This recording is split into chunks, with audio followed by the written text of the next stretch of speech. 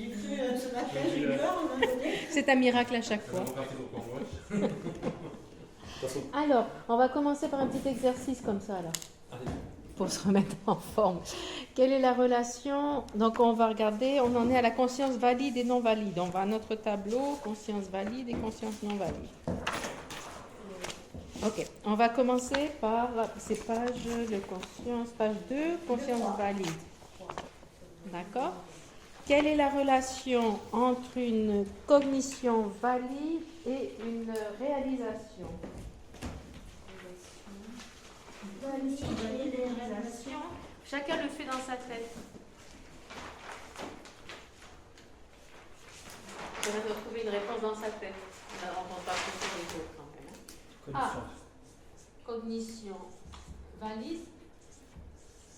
Et réalisation. Et B. Une réalisation. Quand on dit réalisation, ici on parle d'une conscience. Okay? Qui réalise son objet. Quelle est la relation? Donc on va commencer par voir est-ce qu'il y a un point commun. Oui, ça va trop vite déjà. Oui.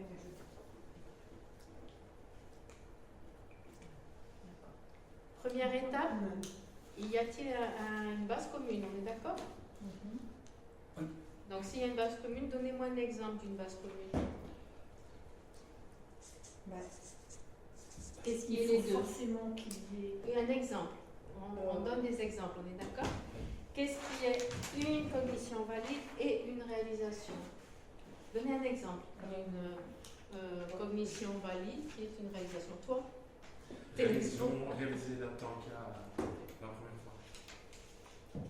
Voir la tanka Pour la première fois? Le premier instant de conscience visuelle qui réalise la tanka. Premier moment. Oui. Le premier moment d'une réalisation de la tanka. Ouais. Réalisation de la tanka. Visuelle, on parle ici. Ouais. Mais ça peut être conceptuel aussi. Là, à ce moment-là, ici, on ne fait pas de différence entre conceptuel et non conceptuel à ce moment-là. On n'est pas en train de mesurer l'aspect conceptuel de la conscience. On parle juste si elle est valide et réalisation. Donc, on est tous d'accord, le premier moment de la réalisation de la tanka, c'est les deux, A et B. Oui. Est-ce qu'on peut trouver quelque chose qui est B, mais qui n'est pas A? Une réalisation qui Donc, une réalisation qui n'est pas une cognition valide.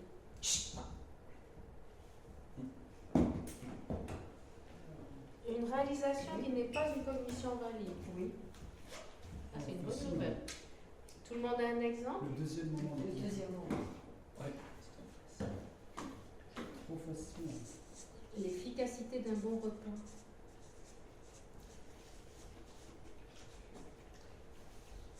Maintenant, on va voir. Donc là, on aurait déjà 3 possibilités, d'accord?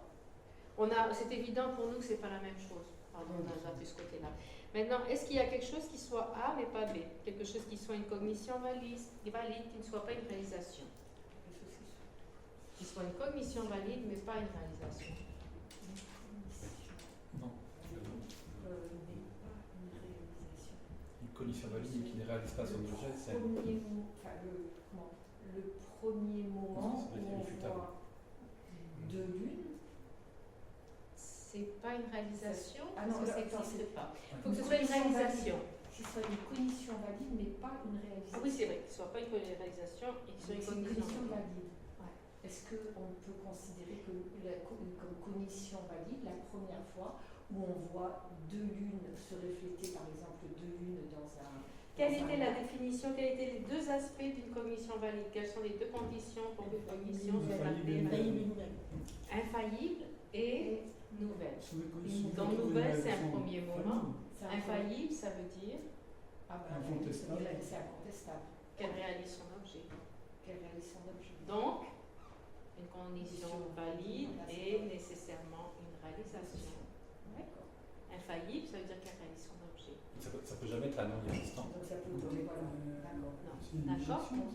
Donc cette possibilité, on l'a pas. Une cognition valide, c'est forcément une réalisation puisqu'elle est infaillible. Infaillible, ça veut dire qu'elle réalise son objet. Donc une cognition valide est une réalisation. Elle réalise son objet.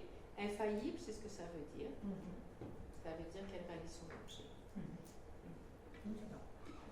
Donc, du coup, c'était combien de possibilités? 3. Mais, D'accord. donc la condition de réalisation, c'est que c'est nécessairement un existant. Hein? Pour réaliser, c'est nécessairement un existant. C'est ça que Oui. ça veut dire. Puisque tu réalises quelque chose qui est irrévocable, donc ça existe. Voilà. Tu ne peux pas réaliser la permanence du jeu ou de la table, parce que ça n'existe pas. Ce que tu réalises, c'est concorde au fait, c'est correspond pour le fait, donc c'est vrai, c'est authentique, c'est irréfutable. Donc réaliser, c'est en lien direct avec l'irréfutabilité. Oui, D'accord. infaillible, irréfutable, c'est-à-dire que l'objet existe et tu le comprends, entre guillemets, conventionnellement tel qu'il existe. Ok. Tu n'as pas surimposé sa beauté, sa grandeur, etc. C'est juste l'objet, tu le réalises tel qu'il existe conventionnellement. Donc c'est nécessairement correct, une conscience correcte, elle ne peut pas être erronée. D'accord? Donc on est bon sur celui-là? On va faire l'autre. On n'examine jamais le 4, ni un ni l'autre. Ok, allez, on fait. Donnez-moi quelque chose qui est une cognition, on va préciser, sinon vous brûlez la table, c'est le cas des deux, c'est trop facile. Une conscience qui soit non valide et non réalisation. Le deuxième instant d'une conscience qui apprend de lui. D'accord. D'autres exemples? Chacun vous donne un exemple de quelque chose qui est une condition non valide. Donc non valide, ça veut dire qu'elle ne réalise pas l'objet, de toute façon. D'accord. Donnez un exemple d'une cognition non valide et qui ne réalise pas l'objet. Chacun donne un exemple. Le plus farfelu possible. Qui ne réalise pas l'objet. Hein? Je reviens au début. Voilà. Qu'est-ce que tu me dis sur le début? C'est pas une cognition, valide. Et c'est pas parce que c'est pas parce que de nous, tout simplement, ça n'existe pas. Exactement. Donc ça ne peut pas être Et ça peut réalisé. pas être réalisé. Donc c'est pas une réalisation. Donc si c'est pas une réalisation, c'est forcément pas une cognition valide. Et si on dit par exemple le deuxième instant d'une conscience qui appréhende le soi comme existant véritablement, ça. Eh bien, existence véritable du soi, c'est quoi? Donc là justement c'est les deux, c'est à la fois ça réalise pas son objet parce que c'est Oui. un non-existant et c'est pas une condition valide. Et de toute façon, elle ne sera pas valide de toute façon. Oui. Même si c'est le premier moment de n'importe quelle conscience qui ne réalise pas son objet, même le premier moment, il n'est pas valide de toute façon. Autres exemples d'une cognition non valide qui ne réalise pas? Oui, la pensée que le match commence à 14h30. Ça, c'est une pensée. C'est vrai, hein? Non, c'est pas vrai. Donc, c'est erroné. Donc, c'est pas une réalisation, c'est erroné. Ah, ok. C'est une information erronée. Oui, parce qu'il commence à 15h, Voilà. pas à 14h30. Autres exemples de conditions non valides qui ne réalisent pas. Toutes les consciences fausses, toutes les consciences fausses. Toutes les consciences fantaisistes, tout ce qui est fantaisiste. Ouais. Mais on peut dire les cornes du lièvre aussi. Hein? On peut dire les cornes du lièvre. Oui, mais c'est pas les cornes du lièvre. Il faut La qu'on formule conscience correctement qui la conscience qui connaît les cornes du lièvre. Ouais. Toutes les cognitions fausses, elles ne réalisent pas leurs objets, donc elles ne seront pas valides non plus. D'accord? Après le doute, une conscience de doute, une supposition correcte et une cognition inattentive, comme on va le voir plus Parce tard. qu'on n'a pas vu tout ça encore. Oui, on le verra plus tard, c'est des petits détails, on n'a pas besoin de les rajouter maintenant. D'accord?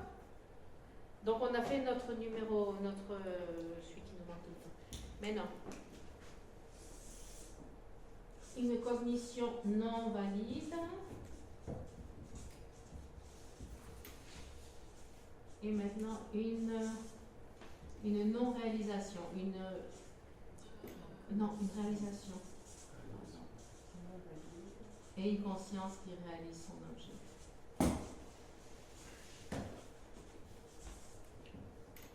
Donc, on va commencer par les deux.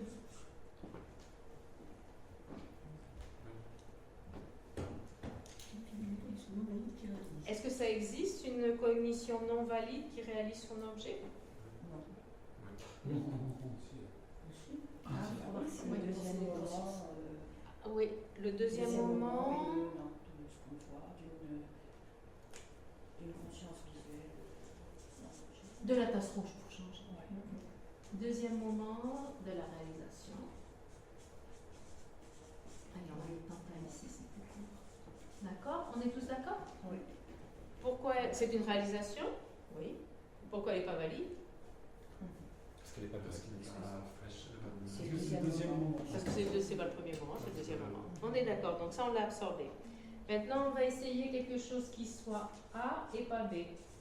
Dans la première option, dans la deuxième option.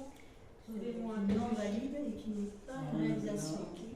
Je ne suis pas d'accord. Où? Parce que dans l'exercice d'avant, on a commencé par B, non A. Oui, mais c'est pas Maintenant, grave. on met A, on met- C'est pas grave, c'est parce que celui-là il était plus compliqué à trouver. Ça suffit à me déstabiliser. Moi, je suis dit aussi.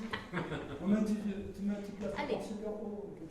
A pas B. Tu peux le faire. J'ai mal. Non, tu n'as pas Une cognition non valide qui ne réalise pas son objet. Ça existe? Une condition non valide qui ne réalise pas son objet.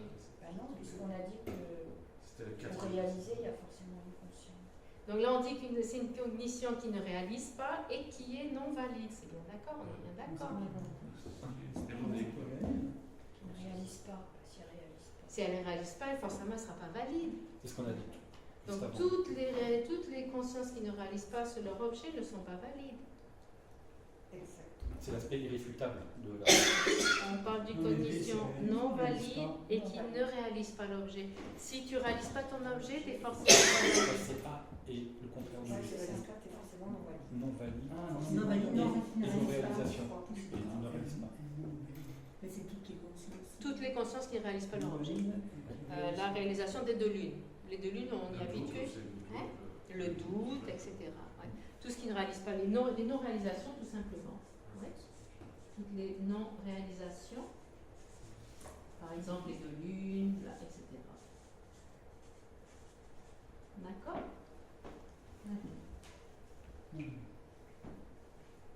Ok, l'étape suivante. Est-ce qu'il y a quelque chose qui est B et non A, qui réalise et qui n'est pas non valide? Qui est valide. Ok, valide. Qui est valide. Réalise et valide, qu'est-ce qu'on peut poser comme réalise et valide? Réalise et valide, C'est la Premièrement, du coup. le premier moment. Puisqu'elle est valide, c'est un premier moment. Deux, d'une réalisation, laquelle? Visuel de la terre. Du goût du chocolat, non? Du brownie au chocolat Ah. de ce midi. Ah. Bon, et puis on va quand même faire la quatrième option, parce que sinon ça déséquilibre un peu. La quatrième option, c'est... Ni A ni B. Est-ce que ça va trop vite ou on est tous là? Ouais. Ni A ni B, ça veut dire qu'est-ce qu'on cherche? Quelque chose qui est Qui est valide. valide et qui ne réalise Qui pas. n'est pas une réalisation. Et qui n'est pas une réalisation. Qui réalise, qui est Qui est valide? valide mais qui n'est pas une réalisation. Ça existe? Une table. Une Non, c'est pas possible. C'est pas une conscience. Ouais. Ah non, oui, C'est bon. une conscience. Parce qu'on parle de conscience valide.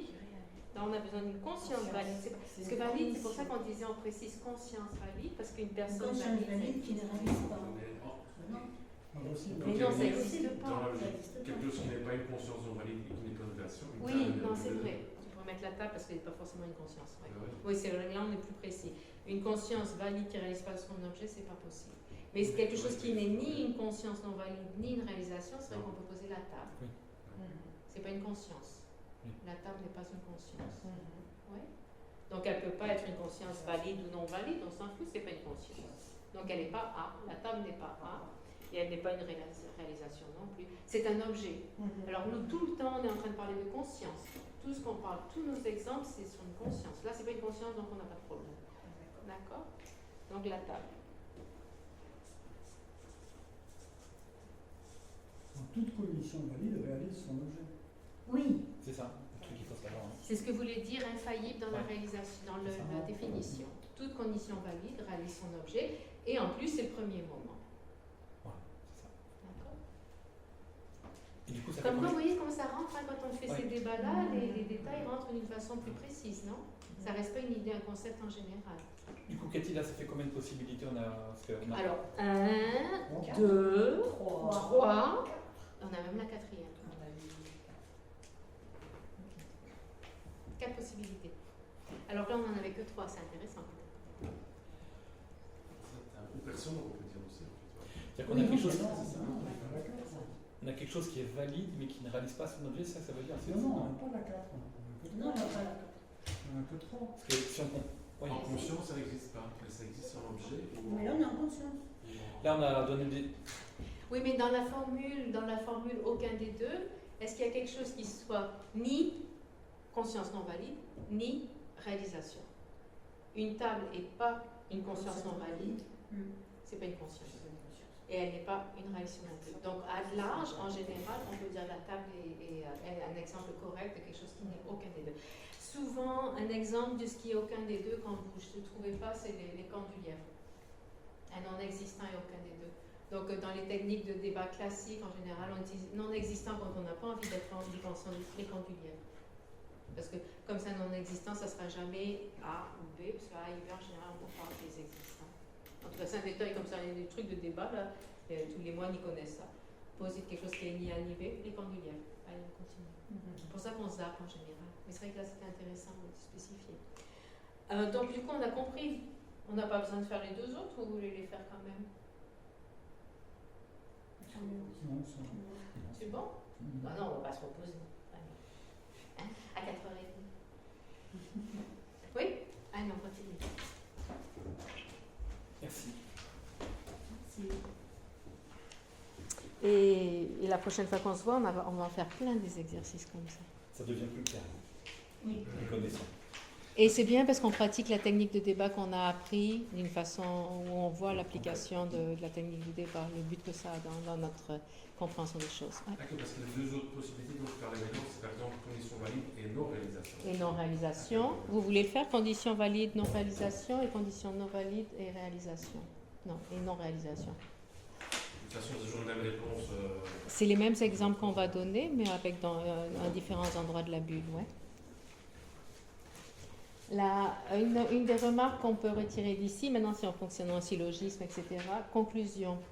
Une réalisation peut être ou une cognition valide ou une cognition subséquente. Une réalisation de quelque chose, son premier moment sera une cognition valide, son deuxième moment sera une cognition subséquente. D'accord? Non valide. Non valide, subséquente. Une réalisation peut être ou une cognition valide ou une cognition subséquente. Ça, c'est un élément de base à comprendre.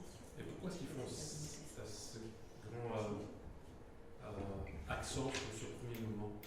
Je pense que c'est par rapport en tout cas dans les voies et chemins, c'est par rapport à la voie de la vision, où tu as vraiment le premier moment de la réalisation directe de la vacuité qui élimine systématiquement, automatiquement, le concept élaboré ou acquis intellectuellement du soi. Donc tout ce qu'on a acquis, la notion d'un soi permanent qu'on a acquis par rapport à nos études philosophiques, aux chrétiennes, aux religieuses, etc., dès qu'il y a ce premier moment, poum, il est complètement éliminé, il ne se tient plus. Donc c'est super important ce premier moment de la réalisation par rapport à ça. Mais c'est pour ça que quand tu le vois sous l'aspect des prasangika qui ne font pas la différence entre le premier et le deuxième moment, ça a aussi du sens. Parce que juste à ce moment-là, c'est dans les chemins, c'est ce moment particulier de la voie de la vision, à part ça. C'est ça, parce que si c'est le premier moment de voir le train, le deuxième, ça c'est un peu une drôle. Et le fait que la réalisation, la qualité de la réalisation est différente. Le premier moment, elle réalise son objet par son propre pouvoir. Alors, il réalise qu'il a déjà précédemment réalisé le deuxième moment. Donc, Et le deuxième moment, c'est ça, c'est une réalisation par le pouvoir du moment précédent. Donc la dynamique est un peu différente. Elle est fraîche. Elle est fraîche, ce qui s'appelle aussi nouvelle, c'est une réalisation fraîche, le premier moment. Et pour un Bouddha, ces réalisations sont fraîches constamment. C'est toujours par son propre pouvoir. C'est toujours comme un premier moment pour nous. ça C'est un détail il n'y a de que des plus. conditions valides et Bouddha a que des conditions valides. En fait. Heureusement, d'ailleurs. Du coup, Cathy, une réalisation, on dit une réalisation est soit une cognition valide, soit une cognition subséquente. Et forcément l'un ou l'autre. Oui, mais, oui. C'est forcément le premier moment soit l'un, soit ou l'autre. Une la réalisation, continuité. voilà, Exactement, obligatoirement. exactement. Ouais. C'est bien, on a fait des progrès depuis ce matin. Oui, oui, oui. Et tout ça, ça va nous aider quand on va voir les 7 consciences. Ouais. Et on continue à raffiner à chaque fois. On va voir, ça devient de plus en plus clair. Et puis il y a d'autres choses qui vont arriver entre-temps. C'est l'un ou l'autre, voire même forcément l'un puis l'autre. Oui. En fait, c'est Oui, comme ça commence par la condition valide et C'est ensuite la forcément subséquente. l'un puis Exactement. l'autre. Exactement. Ouais. Là, n'a pas de conscience conceptuelle. Non. n'a pas de conscience conceptuelle, le Bouddha. C'est que des réalisations directes et en plus qui sont valides, qui sont nouvelles. Il n'y a pas de conscience de subséquente non plus pour le Bouddha. Il n'y a aucune interface. Hein? Il n'y a aucune interface. Non. Il connaît constamment l'objet directement, fraîchement. Poum, poum, poum. Et les cognitions non valides, c'est tout le reste. Donc on a vu une cognition non valide peut être une réalisation ou pas. Carrément là. Une cognition non valide peut être ou une réalisation ou non. C'est page 3 du tableau. Non valide. Condition non valide, ça peut être le deuxième moment de la réalisation, donc ça peut être une réalisation. Là, c'est marqué Ça conscience. peut être une réalisation. Cognition, conscience. C'est synonyme. Connaissance, esprit, qu'est-ce qu'on avait d'autre? Connaissance. Oui, linguistique, oui. On a posé Non, tu peux redire, s'il te plaît. Oui. Une cognition non valide. Non valide, on le voit dans nos divisions en 5. La première division, c'est la cognition subséquente. Elle réalise son objet. D'accord. Alors que toutes les autres cognitions non valides ne réalisent pas l'objet. Toutes les cognitions non valides, il y en a une qui réalise son objet Donc ça peut être une réalisation. subséquente. Dans ce cas-là, c'est une réalisation. Subséquent, c'est le deuxième instant. Ouais. Conscience subséquente. Donc c'est Cognition subséquente, c'est La subséquence, c'est la seule des non valides qui réalise. exactement. C'est quoi Alors, Je sais pas trop. C'est quoi ta question, Julien? c'est quoi la conscience subséquente? C'est le deuxième instant de conscience. Regarde la définition, regarde sa définition. Une cognition qui réalise ce qui a déjà été réalisé. Deuxième moment. T'as le tableau? T'es dans le tableau? Non, en fait, j'étais en train de Le piquer. de piéger entre conscience et cognition, mais il n'a pas suivi. Ça va pas lui compliquer la vie, c'est comme ça. Il n'y a pas que moi qui vais galérer. En fait. Réalisation en match. Il avait presque oublié. De toute façon, il est déjà dans le match. Soyons tranquilles. Il va avoir son téléphone sous Il la a table. une oreillette. Donc on est bon.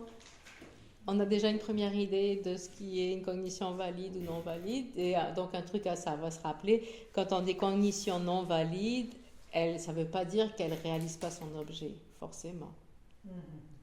Mais si elle le réalise, c'est le deuxième moment de la réalisation. D'accord? Donc on a quelques implications comme ça. La prochaine fois qu'on se voit, on fera ces implications, ces syllogismes, d'accord? Pour jouer un petit peu avec ça. Et voilà. Ben, c'est bon, on a fini.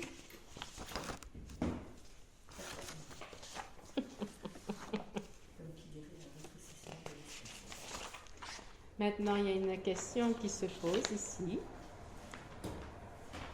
Ça va correspondre à notre exercice numéro 3. Là, ça va être un exercice, vous allez faire entre vous, qui est un petit peu différent. Ça va, on va se compliquer un petit peu la vie quand même, mais d'une façon différente. Dimanche après-midi, c'est là que les yeux tournent. L'exercice numéro 3. La présentation de Pour bout de choc, c'est le texte suivant qui est donné, on va le lire vite fait ensemble. Et c'est surtout que je voudrais que vous en tiriez des conclusions entre vous. La question principale qui est relevée ici, qui nous intéresse, exercice numéro 3, dans le livret de Lauric, pas les tableaux, l'autre. Tout ce qui est en... Non, c'est l'autre. La page numéro 2. Donc le dilemme, la question, mais qu'est-ce que réalise exactement une conscience visuelle? On sort un petit peu de notre sujet des classifications, d'accord? La question, mais qu'est-ce que réalise une conscience visuelle? Est-ce qu'elle va, parce qu'on a dit au début, une conscience visuelle, elle connaît le contour et la couleur. Donc est-ce que la conscience visuelle, elle réalise le contour et la couleur de la tanka? Ou est-ce qu'elle réalise la tanka? Est-ce qu'elle réalise le fait que c'est une tanka? Est-ce qu'elle réalise la fonction d'une tanka? La conscience visuelle. Maintenant, on dit qu'elle réalise, une conscience visuelle qui réalise la tanka, entre guillemets, c'est comme ça qu'on l'a formulé jusqu'à présent. La question est, qu'est-ce qu'elle réalise exactement? Qu'est-ce qu'elle certifie exactement quand elle voit le contour et la couleur de la tanka. Donc on va voir des différentes options, différentes interprétations d'après pour Boutchok. Elle réalise que c'est une forme. Déjà, on sait qu'elle réalise le Forme et contour, oui, le contour, la couleur, donc la forme visuelle, c'est son objet, forme visuelle, c'est son objet. Donc, elle réalise la forme visuelle de la tanka. Elle ne va pas réaliser l'odeur, l'aspect tactile de la tanka, elle va réaliser cette odeur. Ça, techniquement parlant, on est clair là-dessus. Mais est-ce qu'elle réalise par elle-même, c'est une tanka, le nom de la tanka, la fonction de la tanka, la spécificité de la tanka, tanka Buddha Shakyamuni? Pour répondre à cette question, ben, après, on peut dire ce qu'on veut, en fait. Techniquement parlant, c'est vrai qu'on pourrait dire non, c'est que la forme visuelle qu'elle réalise, techniquement parlant.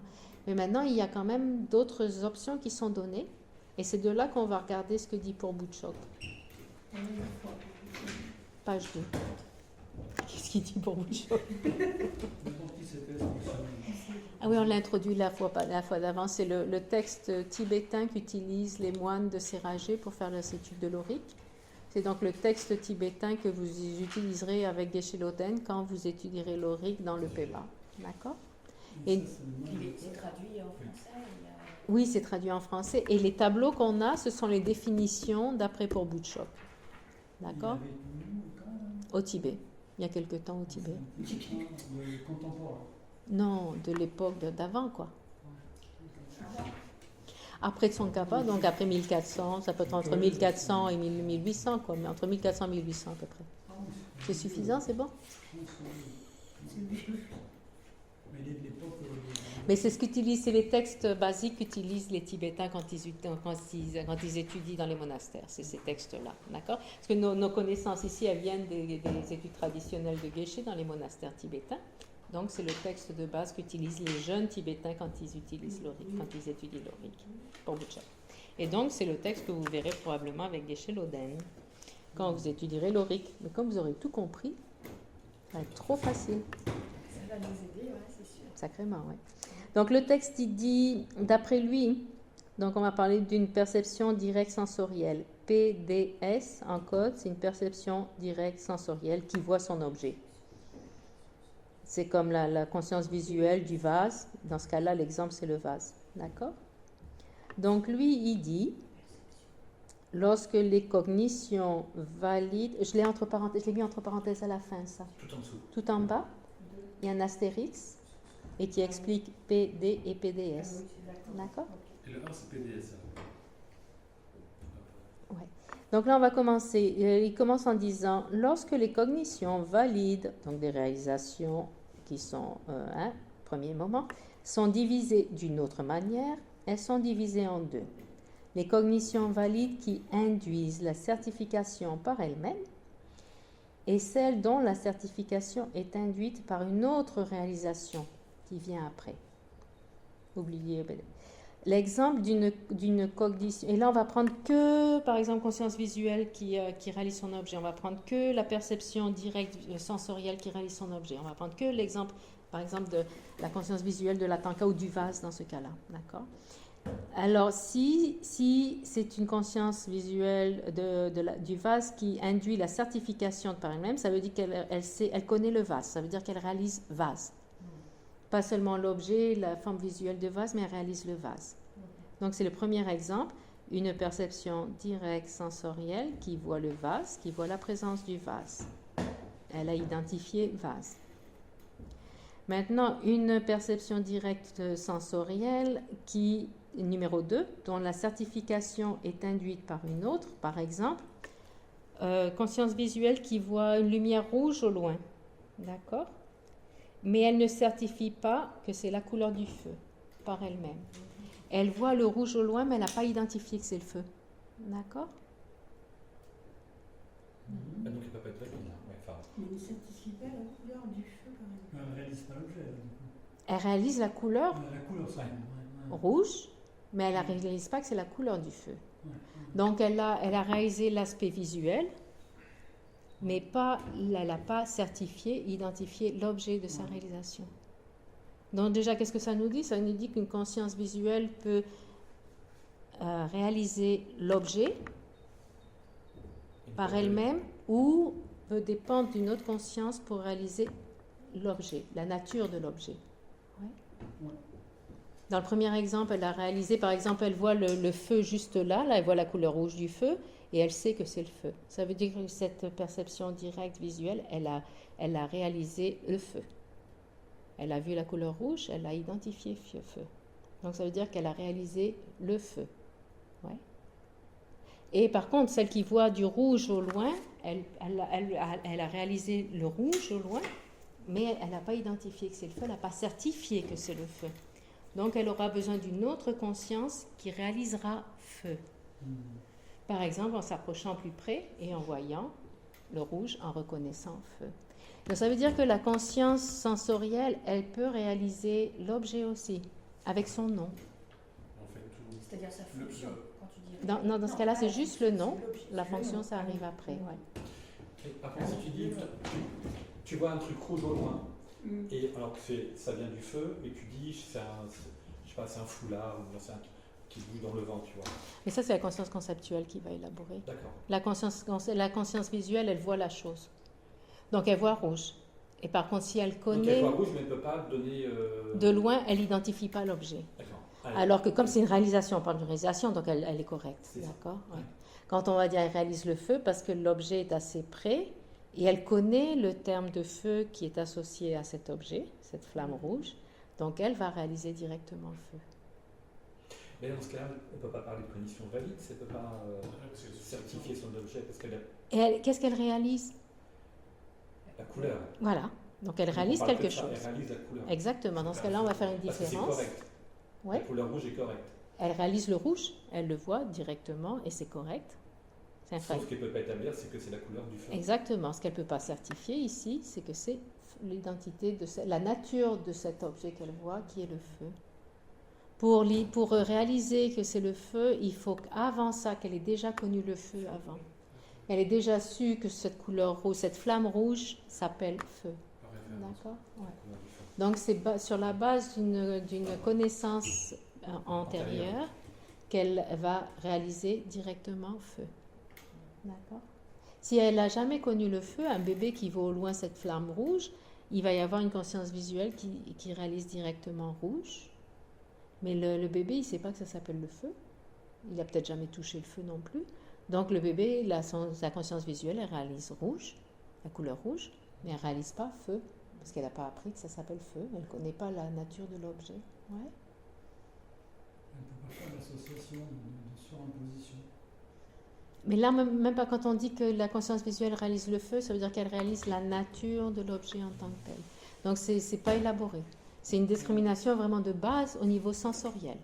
C'est comme un automatisme du fait d'avoir cette compréhension antérieure, cette connaissance antérieure de l'objet qui est représenté, qui a cette couleur rouge. Ouais. Je pense qu'on va faire l'exercice ensemble, ça va être plus facile. Ouais. Mais là, c'est facile quand même. Parce que les Mais collections non. valides qui est sur la explication, c'est le fait de voir le rouge. Ça, La conscience visuelle qui voit le feu là-bas, c'est une conscience visuelle qui réalise rouge. D'accord? Elle réalise rouge. De toute façon, dans les deux exemples, elle réalise le rouge. Maintenant, dans le premier cas, elle réalise aussi feu. Parce qu'elle l'a déjà su d'avance, parce que la lumière n'est pas trop loin, elle sait que c'est le feu. Hein? La conscience réalise l'objet, le feu. Dans le deuxième cas, elle ne sait pas que c'est le feu, c'est trop loin pour être identifié, elle réalise seulement rouge. Et de toute façon, ça c'est correct, parce que c'est bien. Oui, et ça c'est correct. Le cas, c'est quoi? J'avais le premier cas. Oui, le premier exemple était différent, c'était le vase. La perception directe sensorielle du vase, la présence du vase, on connaît un vase, on sait ce que c'est qu'un vase, on le réalise. Mais si on voulait comparer ces deux cognitions valides qui induisent ou non la certification par elle-même, on prend l'exemple de la couleur du feu. Là, il y a là, cette flamme rouge, on voit tous que c'est une flamme rouge, et on sait tous que c'est le feu, on connaît le feu depuis avant. Donc la conscience visuelle, elle va réaliser le feu ici, le rouge et le feu, d'accord ? Si le rouge, il est beaucoup plus loin là-bas, on ne peut pas voir que c'est du feu. Notre conscience visuelle, elle va réaliser le rouge là-bas. Mais elle ne va pas certifier que c'est le feu par elle-même. D'accord ? Elle ne va pas reconnaître. Oui, elle ne va pas reconnaître le feu, elle ne va pas l'identifier en tant que feu. D'accord ? Donc c'est en termes de ce que voit la conscience visuelle et ce qu'elle certifie, comment elle l'identifie, comment elle voit l'objet. Si elle voit l'objet par son nom ou si elle voit, ou elle identifie la nature de l'objet, c'est pas le nom, c'est la nature de l'objet, le feu, ou si elle voit juste la couleur, par exemple, du feu, ou l'odeur du feu, etc. Exactement. Mais sans certifier l'objet en tant que tel. C'est vrai que c'est pas juste le nom, c'est l'objet, la nature de l'objet. Elle identifie ou pas la nature de l'objet. Et quand on parle de la nature de l'objet, la nature, le feu, la nature du feu, quand on prend l'exemple du feu et on dit on réalise la nature de l'objet feu, en fait c'est juste que on voit feu, quoi. Mais on met rien d'autre. Non, il n'y a pas d'élaboration, exactement. Il Il n'y a aucune élaboration mentale, Donc, conceptuelle. c'est l'objet tel qu'il est, c'est juste voir que c'est du feu. Exactement. Rien d'autre. Ouais. Par exemple, je regarde à Chödrak, moi je réalise Chödrak, mais ma conscience visuelle, elle réalise Chödrak. Si je vois un moine au loin, là-bas, je vais réaliser moine. Mais je ne vais pas réaliser Chödrak parce que je ne l'ai pas identifié. D'accord? Ça, c'est aussi un bon exemple. Ouais. T'as le Nalanda, tu te promènes, il y a un moine au loin, tu ne sais pas qui c'est. Il y a un moment, il se rapproche. Alors là, tu commences ton analyse, ta conscience conceptualise. Alors, est-ce qu'il y a un tatouage ou pas? Est-ce qu'il est rasé ou pas? Ils sont tous rasés. Ouais. Est-ce qu'il a un tatouage ou pas? La moitié ont des tatouages. Donc là, tu vas par élimination. Après, est-ce qu'il porte les robes un peu plus haut ou un peu plus bas? Après, il y a la Est-ce démarche. qu'il est maigre et est-il est gros? Et c'est ça que vous faites à Nalanda. Ah ben, on se promène, c'est pour ça qu'on se promène dans la nature. C'est juste pour identifier les moines de loin. Hein. Voilà. C'est pour s'entraîner aux réalisations. C'est pour faire des exercices. Pour les petits. Bon, la prochaine fois, on va aller se promener dans la nature en allant le dimanche. Ce sera un exercice de terrain. Exactement. Il note le bruit de dispositif, c'est ça. Il n'habite pas à Nalanda, lui. Non, mais on parlait d'ici tout à l'heure. S'il va à Nalanda, il Oh, ben ça en est un de plus, mais lui sans tatouage, c'est ça? Lui, il n'y a pas le tatouage à droite, il y en a plein. Parce qu'il n'habite pas à Nalanda. Il s'appelle quand même Chödrak. On l'a appelé, ça fait pas longtemps d'ailleurs. Chödrak, il a quel âge? Bientôt 60. Non, Chödrak, il n'a pas 60 ans. Pourquoi? Chödrak, il a quel âge? Quand est-ce que tu as pris tes vœux? Ah, les vœux. Ah oui, Chödrak, il a 11 ans. Exactement. Chödrak, il a 11 ans. Voilà. Parce qu'avant, c'était pas Chödrak. Avant, c'était quelqu'un d'autre. Pour ma mère, c'est pas Chödrak. Hein. Exactement. Chödrak, il a 11 ans en fait. Chö, c'est Dharma et Drak, c'est Drakpa, c'est Le renom, ouais, quelque chose comme ça. c'est Chödrak, c'est Dharma et Drak, c'est Drakpa, c'est c'est Chandrakirti, Dharmakirti. Dharmakirti, Chandrakirti, etc. Ouais, le fameux Dharma, le renom du Dharma. Il est tout rouge. Ah oui, Ah,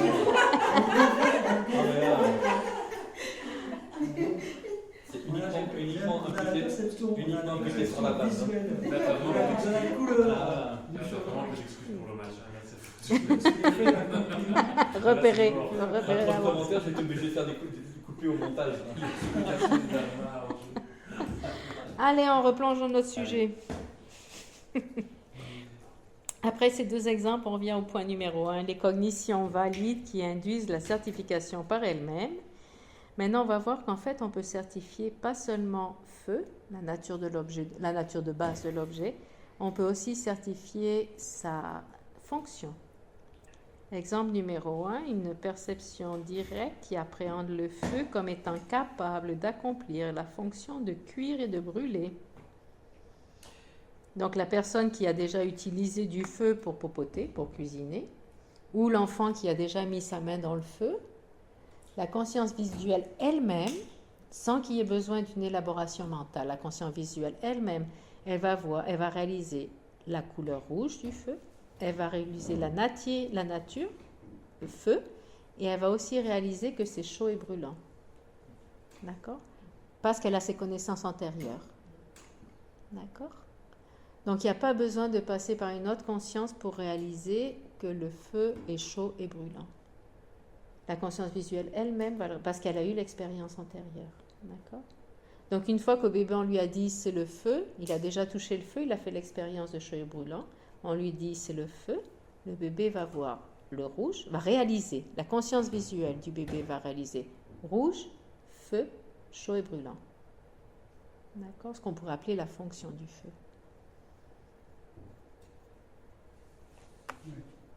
Et ça, c'est C'est la conscience sensorielle qui apprend C'est tout ça. oui, c'est toujours la conscience visuelle dans notre exemple qui connaît les trois, qui réalise les trois dans ce cas-là, parce qu'il y a une connaissance antérieure de ça. Et on parle de réalisation, donc c'est non erroné, c'est non faux, c'est correct, irréfutable. Ouais. Et après, la conscience visuelle peut aussi réaliser un autre détail. Donc elle peut réaliser seulement l'apparence visuelle, elle peut aussi réaliser la nature de l'objet. Elle peut aussi réaliser la fonction ou le rôle de cet objet, brûlant et chaud. Maintenant, le deuxième exemple, c'est pareil, c'est une conscience, perception directe sensorielle d'un objet familier, dans le continuum d'un fils qui appréhende la forme de son père. Donc, quand le fils voit la forme de son père qui arrive, par exemple, sur le chemin, il va réaliser père. Ouais. C'est un peu comme avant avec le feu, on connaît le feu, donc on réalise feu. Voilà. Là, il réalise, il y a une personne, il réalise la forme visuelle, en fait, il réalise la forme visuelle de la personne, donc il réalise la personne, il réalise aussi mon père. Parce que cette personne, il la connaît comme mon père. Et en quoi est-ce que c'est différent que le point d'eau? Parce que la personne n'est pas forcément un père. Ouais. Et Alors c'est que la pas- fonction, c'était la fonction naturelle. Là, c'est la façon dont la personne se connecte avec la personne qu'elle voit au loin. Là, il y a une relation familiale de père et fils. Donc, elle va l'identifier comme mon père. On l'appellerait comment? C'est pas la fonction, c'est pas... Non, c'est une familiarisation par le conditionnement. Familiarisation, c'est par ici parce que tu as l'habitude de le voir comme ton père. Tu as la familiarité de voir cette personne comme étant ton père, donc tu l'identifies, tu identifies père. Donc la conscience visuelle voit C'est mon là, père. ouais. Par rapport à la forme, on certifie. Une spécificité, Ouais. on pourrait l'appeler comme ça. Un objet de familiarisation, c'est la façon dont ils le définissent. Mais on a l'idée principale, ouais. D'accord?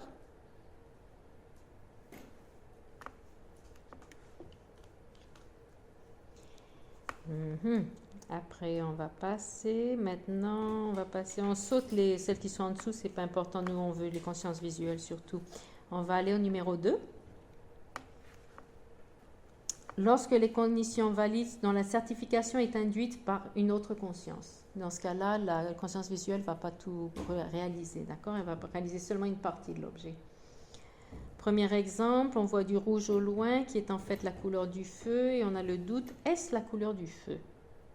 D'accord? Dans ce cas-là, c'est une réalisation directe de la couleur rouge, mais il n'y a pas de certification couleur du feu. Donc, on ne réalise pas la couleur du feu dans ce cas-là. D'accord? C'était notre exemple de tout à l'heure. Oui?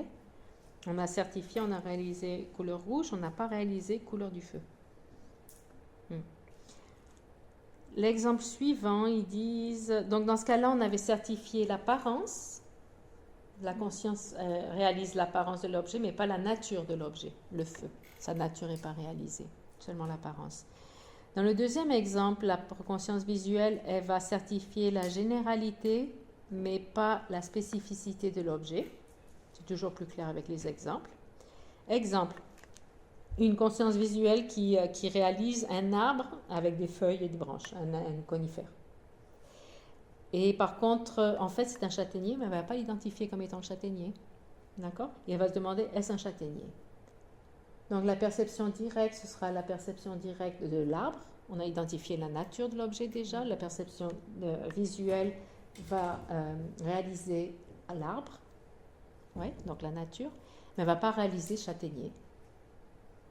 Peut-être parce qu'elle est trop loin pour voir que cet arbre est un châtaignier. Elle va réaliser châtaignier si elle connaît déjà à l'avance châtaignier. Si on ne connaît pas le châtaignier, elle ne pourra jamais le réaliser. Le châtaignier, ils vont pas savoir que c'est un châtaignier. Hein? Il y a des gens qui autour du châtaignier ne vont pas savoir que c'est un châtaignier. Oui, tout à fait. Ou parce qu'on ne connaît pas le nom de cet arbre. Voilà, je suis la première là-dedans. Ou parce que c'est trop loin pour identifier le détail, de reconnaître la spécificité de l'objet. D'accord? Ça, c'est intéressant parce que ça veut dire que tu peux avoir une perception valide directe parce que quand tu dis que c'est un arbre, c'est réalisé. Mais si tu penses que c'est un chêne alors que c'est un châtaignier, là, c'est plus une réalisation Non, valide. en termes de la nature, c'est pas une réalisation. En termes de la nature de l'objet, c'est pas une réalisation. Et si tu restes juste un, Oui, ça c'est correct. c'est une réalisé. réalisation. Non seulement tu as réalisé l'apparence visuelle, Ouais. mais tu as aussi réalisé arbre. Tu as identifié la nature de l'objet. Mais si tu dis, ah bah c'est un chêne, alors que quelqu'un te dit, non, non, ça c'est un châtaignier. Cette partie-là est une conscience Ta cognition fausse. était non valide, du coup. Parce Ouais. que Là, cette t'as pas partie-là, réalisé chêne. l'identification de la spécificité est incorrecte. Donc ça C'était en une fait une réalisation. cognition non valide. Non valide en termes du chêne ou du châtaignier. Faut rester sur arbre. Ouais. Pas se mouiller. Et il y a un troisième exemple après ça, une réalisation qui ne certifie pas son objet par elle-même, ce qu'on appelle une perception directe initiale. C'est pour ça que tout à l'heure j'hésitais à utiliser le terme initial pour nos cognitions valides, c'est autre chose. C'est la perception directe sensorielle. On a l'exemple numéro 3, d'une personne n'ayant jamais vu une fleur Utpala et qui appréhende la couleur de la fleur Utpala. D'accord ? On ne sait pas ce que c'est une fleur Utpala. Donc on va réaliser la couleur. On peut réaliser que c'est une fleur, la nature, mais on ne va pas réaliser que c'est une Utpala parce qu'on ne l'a jamais identifiée. Ouais. Mais c'est un peu comme l'art comme Oui, sauf que là, c'est qu'on n'a jamais connu le châtaignier, on connaissait d'avance, on sait ce qu'est un châtaignier, donc on pouvait douter, se demander est-ce un châtaignier. Ah oui. Alors que dans ce cas-là, on ne sait même pas. On n'a aucune idée du nom de la fleur. C'est la petite différence, mais la dynamique est la même de toute façon. D'accord ? Donc ça retombe aussi sur la généralité du son et la généralité du sens. Après, parce qu'on passe sur le conceptuel, dans ce cas-là. Et à partir de là, ouais, généralité du son, du sens, etc. Ouais. Eh bien, ça... Et le quatrième exemple, il y a encore mieux. Vous allez me dire ce que vous en pensez. Perception directe ayant une cause d'erreur. Une perception directe sensorielle qui appréhende la couleur d'un mirage et qui génère directement une surimposition appréhendant le mirage comme étant de l'eau. L'histoire, elle est comme ça. Au loin, vous connaissez la sensation de mirage. Au loin, la conscience visuelle, elle voit un mirage. Yeah. Et elle va penser eau. Elle va l'identifier comme de l'eau. Voilà. Qu'est-ce que vous en pensez de celle-là? C'est quand même une conscience qui est erronée. Parce que l'objet n'est pas. On est d'accord? C'est pour ça que dans la liste, en théorie, la liste, quand c'est présenté dans le texte, ils disent que c'est une liste nominale. Quand on a une liste nominale, de divisions nominales, ça veut dire qu'il y en a une de ces divisions qui n'est pas un vrai de ce qu'on voulait présenter. Ici, on parle que de cognition valide. Est-ce qu'on peut parler de direct dans ce cas-là? Elle est erronée, donc on ne parle plus. D'accord. Bien. C'est un exemple pour montrer qu'on peut, les consciences erronées ne passent pas. Mais c'est pour ça qu'ils appellent ça une division nominale, parce que ce numéro 4 n'est pas une cognition, elle ne réalise rien. Bon, elle réalise l'image visuelle du mirage, vous allez me dire. Il y a quand même une perception. Ah ben c'est comme l'exemple tout à l'heure. Elle réalise l'aspect visuel du mirage, mais elle n'a aucune identification erronée du mirage. Donc ça serait un peu comme tes exemples d'avant, alors. Oui, mais en même temps... C'est comme les deux lunes. Pour une conscience qui voit le mirage. Oui, c'est comme... En fait, je pense que c'est... La Oui. personnalité va voir le mirage. Il n'y a pas de mirage. Le mirage, si. Le mirage, c'est cette sensation de l'eau qui bouge, non? En tout cas, on dirait que ça serait l'objet apparaissant, c'est cette sensation qui flotte en dessus, à 1 mètre du sol. Ça, c'est un objet apparaissant à la conscience visuelle. Mais c'est vrai que la conscience visuelle est fausse parce qu'elle le voit comme de l'eau et c'est pas de l'eau. Donc c'est une conscience fausse. C'est comme celle qui voit deux lunes quand il y a une lune, en gros. C'est vrai qu'on pourrait dire, elle voit l'apparence l'image visuelle, elle la voit. Cette image visuelle de quelque chose qui flotte. Et c'est ce qu'on appelle un mirage. Donc si elle reconnaît le mirage, ça serait une cognition directe, une réalisation. Il voit un truc, lui, il voit. Le problème, c'est qu'on voit de l'eau. Il dit il y a de Et l'eau. il court, puis après, il va pas voir, en fait, c'est le sable, il n'y a pas d'eau. Bon, c'est ça. Donc, c'est quand même valide alors. Elle serait valide quant à l'aspect visuel de cette lumière flottante, de cette chose flottante. Pour ça serait une cognition directe. Dans ce cas-là, l'exemple est quand même valide en quelque part. Mais c'est la nature qui est complètement fausse, qui est identifiée complètement fausse. Elle n'est même pas ignorée, elle est erronée. Donc en général, ça passe pour une conscience. En général, c'est un exemple d'une conscience fausse. Oui, la conscience de l'eau pour le mirage, mais on peut quand même débattre en disant oui, mais c'est une conscience visuelle qui réalise l'objet apparaissant, qui est ce truc flottant, cette lumière flottante. D'accord? Donc là, c'est le cas des deux lunes, donc c'est pas. Ça serait pareil, ça serait similaire aux deux lunes, ouais. Sauf si tu réalises que c'est un mirage. Oui. Si la conscience visuelle connaît le truc, elle s'est habituée, etc., elle dit ah, mirage. Et donc la conscience visuelle pourra réaliser mirage aussi. Alors c'est pareil pour les deux lunes, parce qu'en général, si tu sais qu'il y a une lune, même si tu as un peu lu, tu vois deux lunes, tu vas dire oh là, je vois deux lunes, mais je sais que c'est faux. que c'est faux. Est-ce que tu réalises la lune? Il faut que tu choisisses entre les deux lunes quelle est la Laquelle lune. faut choisir, quoi. Mais je pense que c'est réaliste qu'il est temps d'être couché. Voilà. Merci, Julien. Ok, on va faire une petite pause, là ça fait 1 heure qu'on est là et puis on s'est ordonné 5 minutes et puis on finira pour la deuxième heure. On va réaliser. En tout cas, en gros, là-dessus, ce qu'on a vu, c'est que la conscience visuelle peut réaliser seulement l'apparence, on a vu avec la couleur du rouge, La fonction, ou elle peut réaliser la nature de l'objet quand elle le connaissait déjà d'avant, certification. et elle peut aussi éventuellement réaliser la fonction de base de cet objet, chaud et brûlant pour le... Ouais. Et elle peut réaliser un objet par rapport à la familiarité, papa. Papa. D'accord? C'est les 4 options qu'on peut avoir. Ok. Petite pause. Et donc elle réalise ça sans passer du tout par un aspect conceptuel. Non, du C'est tout. Ouais. Par les connaissances précédentes. intéressant.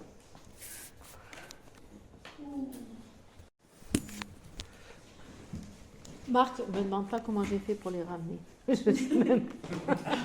Pour ramener les moines au bercail. Les moutons au bercail. Donc, en bref, on a vu, je trouvais ça intéressant quand même, les consciences visuelles. Qu'est-ce qu'on réalise ou pas au niveau visuel exactement, non? Par contre, ce qu'il faut préciser, que même si on réalise le feu, la nature de l'objet, le feu, on ne va pas réaliser l'impermanence du feu visuellement. La conscience visuelle ne peut pas réaliser ces aspects subtils de l'objet, d'accord? Donc, c'est quand même relativement limité. Là, le fait que c'est un produit, le fait que c'est impermanent, ça ne s'est pas réalisé par la conscience visuelle. Elle est quand même limitée à l'objet, son apparence, sa nature, sa fonction, et peut-être un rôle en termes de familiarité, le père ou la mère. Ouais. C'est que le Bouddha qui fait tout ça. Ah bah oui, le Bouddha, bah oui, c'est une exception, il fait tout, quoi. C'est la totale, le Bouddha. Et donc, ce qui est bizarre, donc lui, à chaque fois, il se rappelle le feu, non pas par le passé, mais il voit à l'instant la fonction, la nature. Et il voit la nature ultime du feu en même temps. En même temps, il voit sa vacuité, il voit son impermanence subtile, il voit tout. Il le voit comme une illusion. C'est... fatigant. Il y en a qui aiment le data assez. Et tout ça spontanément, sans le calculer. Ouais, en fait, on a mémorisé à la base tout ça, finalement. On s'est un peu habitué au fait que feu, c'est impermanent, enfin, toute la conception. C'est avec cette préparation conceptuelle qui fait qu'on n'a plus besoin d'y réfléchir. On l'a, Oui, comme, c'est automatique, c'est des automatiques. on Sur apprend tous à les conduire une phénomènes voiture. conventionnels, c'est automatique. Et c'est surtout l'aspect ultime qui est réalisé en même temps, ce qui est encore plus grandiose. Et qui est réalisé automatiquement, directement. C'est pour ça qu'on dit c'est l'omniscience, qui connaît tous les phénomènes. Est-ce que c'est parce qu'il a eu la familiarité avec chaque phénomène indépendamment? Pas forcément. C'est juste qu'il voit tel quel. Il n'a pas besoin de passer par un fil conceptuel, il voit tel quel. Boum. Oui, y a pas- Et le truc spécifique d'un Bouddha, ce que personne d'autre a, c'est que dans la même conscience, il voit feu et vacuité du feu, et sa vacuité. Seul un Bouddha peut avoir, dans une seule conscience, simultanément voir le feu et la vacuité, et sa vacuité. Ouais. Donc le dernier obstacle qu'on va abandonner sur la dernière terre, la 10e terre, dans la voie de la méditation, c'est ce dernier obstacle qui empêche d'avoir ces deux consciences simultanées. Un arhat, un être qui s'est libéré soi-même seulement, il n'a pas cette capacité non plus. Il ne peut pas percevoir l'objet et sa vacuité en même temps dans une même conscience. Ça, c'est l'obstacle ultime, c'est le dernier des obstacles qui est enlevé là-haut, là-haut, là-haut, ou là, et une fois que cet obstacle est éliminé, il y a la double réalisation du feu et de sa vacuité, directe bien sûr, Bouddha. Donc ça veut dire aussi qu'il ne sort jamais de son état méditatif sur la vacuité. Il agit depuis cet état méditatif de la vacuité. Il connecte avec tout ce qui est le conventionnel. Boum, impressionnant. Ok, donc on a fini avec les consciences valides et les consciences non valides. Maintenant, une division qui est trop facile, là vous allez vous ennuyer. Si on reprend notre première page qui dit Loric, les divisions en deux, les différentes façons de diviser une conscience en deux. On a vu qu'on peut diviser la conscience entre la conceptuelle et la non conceptuelle. Sensoriel ou mental. On a vu qu'on peut la diviser entre valide ou non valide, suivant si c'est un premier moment de réalisation ou si c'est autre chose. Conceptuelle, c'est suivant si elle se base sur une image générique ou pas. Maintenant, sensorielle et mentale. Ça, c'est facile, je pense qu'on l'avait même déjà vu quand on avait fait du déjà un petit peu, non? Peut-être pas. Sur nos tableaux, est-ce qu'il y a quelque part dans nos tableaux? Non, je crois pas, justement.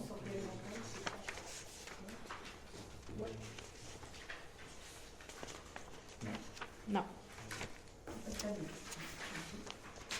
Il y a un tableau 6, page 14, mais, Ah oui, ça je conditions pour la production d'une conscience sensorielle.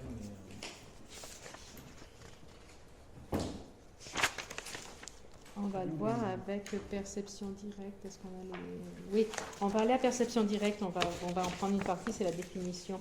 En fait, quelle est la différence entre...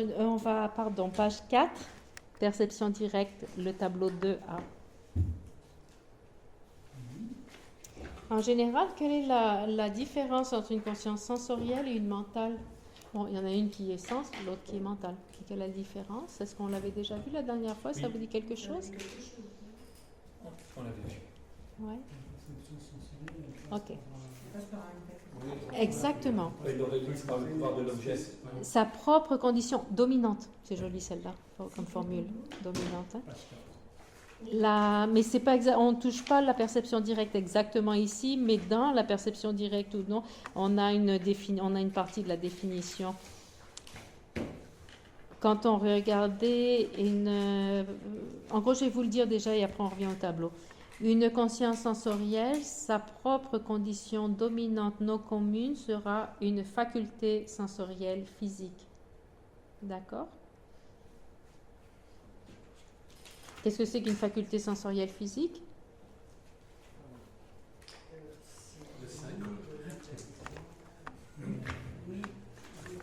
Donc l'œil, la partie interne de l'œil, de l'ouïe, etc. D'accord? Ça, c'est des formes, ce n'est pas des consciences.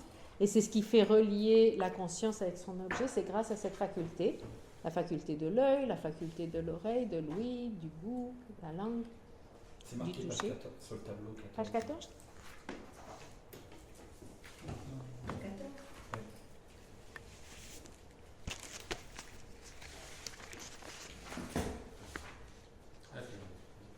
condition dominante,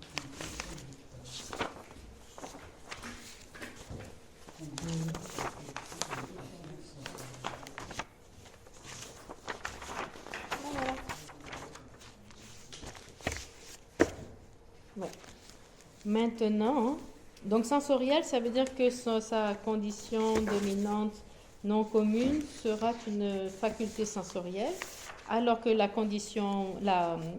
une conscience mentale, sa condition dominante non commune sera appelée une faculté mentale. Une faculté mentale, c'est simplement une autre conscience. Dans ce cas-là, la faculté n'est pas physique, c'est pas un œil, c'est pas le goût, c'est rien de tout ça. Tu es sur la page 4 non 14. Mais là, on va revenir à la 4, je pense que c'est plus facile de toute façon. Mais sur la 14, oui, c'est juste mentionne la faculté sensorielle mentale égale à la condition immédiate.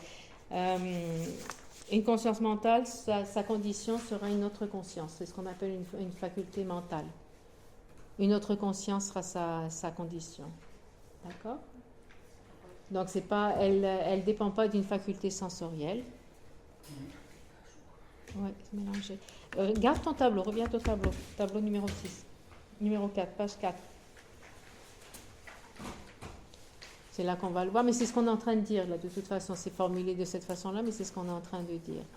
Une faculté sensorielle, physique, c'est l'œil, le goût, tout ça qui crée une conscience sensorielle. On les connaît, on les a vus, les 5 consciences sensorielles, on les connaît, d'accord? Donc tout ce qui est une conscience qui n'est pas sensorielle est une conscience mentale. Une conscience mentale, elle ne joue pas sur un facteur physique, sur une faculté physique. Une conscience mentale va avoir une faculté mentale. Qu'est-ce qu'une faculté mentale? C'est une conscience. C'est la conscience qui existait avant le moment précédent cette conscience. C'est tout. Si on en reste là, c'est facile.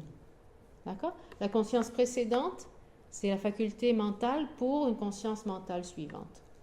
D'accord? C'est sa faculté. Cette conscience précédente, ça peut être une conscience visuelle, par exemple. C'est pas obligé une conscience mentale. La conscience visuelle de l'Atanka, c'est le moment précédent à la conscience mentale qui se rappelle l'Atanka.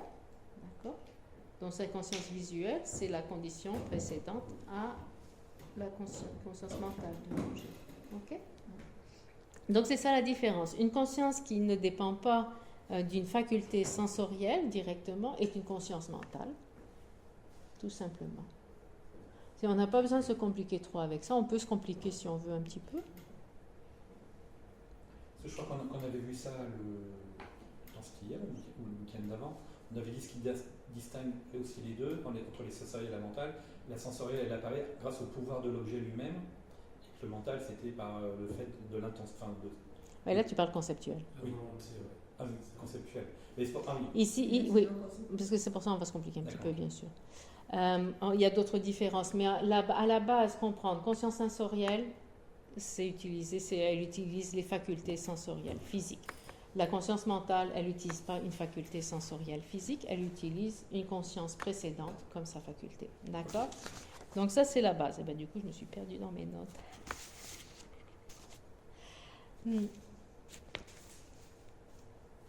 Maintenant, une conscience sensorielle peut être correcte ou incorrecte, comme on l'a vu. Elle peut voir deux lunes ou elle peut voir la tanka. D'accord? Donc, une conscience sensorielle n'est pas forcément une perception directe. Une conscience sensorielle, elle peut être correcte, donc réaliser son objet, la tanka, ou elle peut être fausse, voir les deux lunes. D'accord? Elle peut aussi être inattentive. On le verra plus tard. Oui, mais si elle est fausse, c'est plus une perception directe. Non, c'est pas une perception directe, mais c'est une conscience sensorielle. Pour ça qu'on dit que la pouvoir perception directe, c'est pas perception directe sensorielle, c'est pas toutes les consciences sensorielles qui sont des perceptions directes. C'est pour ça que j'hésitais à utiliser ce tableau. On regarde le tableau, sur notre tableau, on a perception directe sensorielle. Mais une conscience sensorielle n'est pas forcément une perception directe. Une conscience sensorielle ne réalise pas forcément son objet. D'accord? Conscience sensorielle, ou elle peut réaliser la tanka, ou elle peut voir les deux lunes. Conscience sensorielle. Ou elle peut réaliser le champ de la perdrix, ouais. Ou elle peut voir, au niveau des sons qui n'existent pas, je sais pas, le son permanent, par exemple, non? Ou elle peut faire l'expérience du goût du chocolat, par exemple. C'est une perception directe. Ouais. Ou ça peut avoir une perception fausse d'un goût. Donc elle peut être correcte ou non correcte. Elle peut réaliser la tanka ou voir les deux lunes. En gros, c'est ça. Là-bas, c'est facile. Si on voit, c'est conscience sensorielle.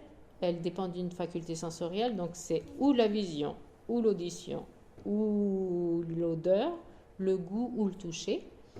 Et elle peut voir l'objet d'une façon irréfutable, correcte, réaliser son objet, la tanka, le chant de la perdrix, le goût du chocolat.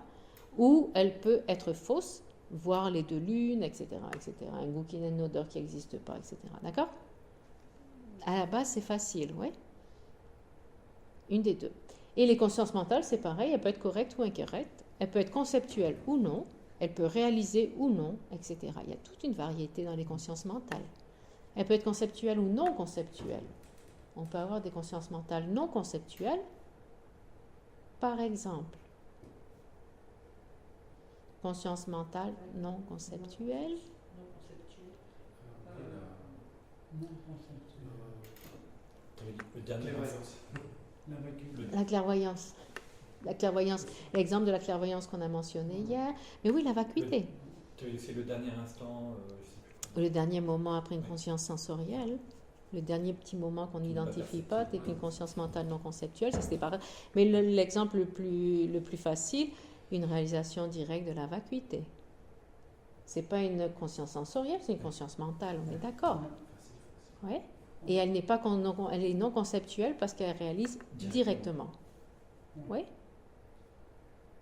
Donc mental, c'est vaste. On oublie les catégories d'avant, c'est toutes les consciences. Ou elles sont mentales, ou elles sont sensorielles. Ça, c'est pas compliqué. Oui. Après, ces consciences sensorielles ou mentales, où elles sont conceptuelles ou non, valides ou non, fausses ou non fausses, relatives ou non. Et après, on va avoir toutes les variations dedans. D'accord? Mais la division entre sensorielle et mentale à la base, c'est pas compliqué. Oui. S'il ne s'agit pas d'une conscience visuelle, auditive, olfactive, hein, c'est mental. That's it. Donc on ne se complique pas plus que ça, d'accord? Ça, c'est trop facile. On pourrait le compliquer un petit peu, mais on ne va pas le faire aujourd'hui. Et après, il y a la dernière division, je pense que vous ne l'avez pas ici non plus. La dernière, c'est conscience erronée et non erronée. Erronée, ça rappelle, on revient au début.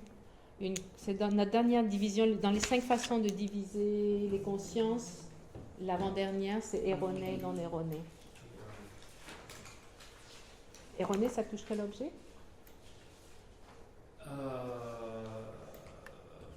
C'est mystère. L'objet apparaissant. Erroné, c'est pas fausse. L'objet apparaissant d'une conscience. L'objet apparaissant.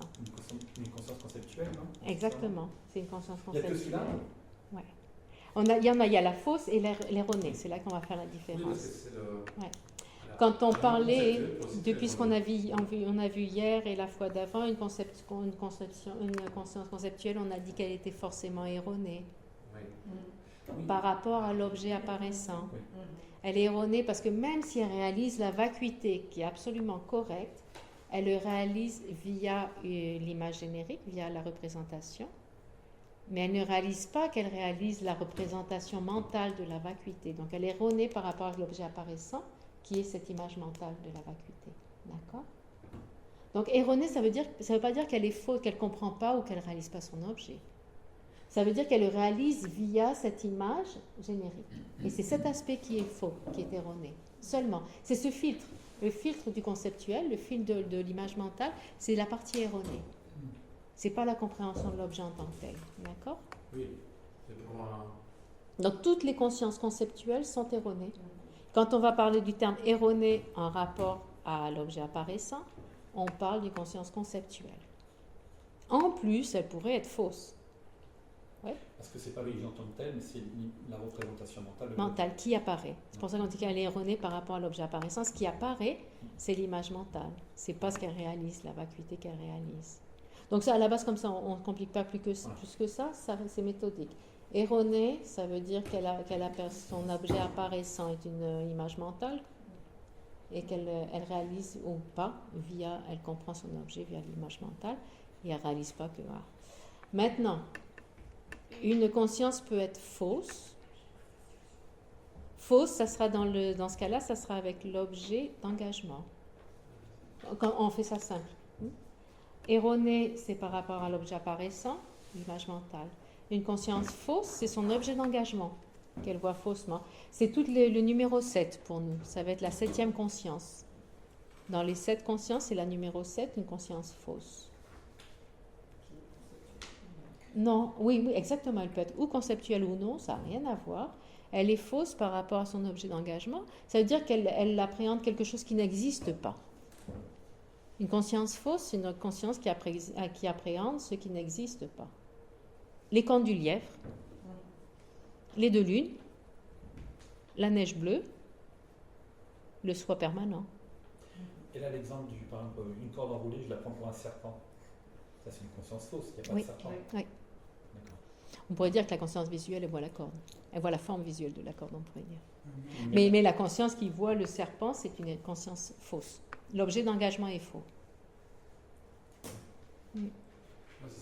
Elle engage un serpent alors qu'il n'y a pas de serpent. Là. C'est tu vois, par exemple, tu penses que c'est un épouvantail dans le champ, et de loin tu dis c'est une personne. Oui. Tu tiens, il y a quelqu'un dans le champ. Ouais. Donc ça, c'est faux. En fait. C'est faux. L'objet d'engagement est faux, est non existant. Fausse, c'est l'objet d'engagement, l'objet qu'elle pense comprendre, qui est faux, qui est non existant. Ou parce qu'il y a une surimposition dessus, etc. Non? L'épouvantail, c'est pas bon. Ouais. Si, là, il y a une conscience visuelle qui voit une forme au loin, hein. Mais on parle pas de ça. Là, on parle de Je vois une personne. percevoir la perception de la Oui, Là, il y a personne. une personne dans le champ. Est fausse. Oui, mais les deux potentiellement peuvent exister. Voilà, Oui, mais la c'est personne faux dans parce le que champ. c'est pas une personne. La personne dans le champ Oui, n'existe dans, pas. dans ce cas d'espèce-là.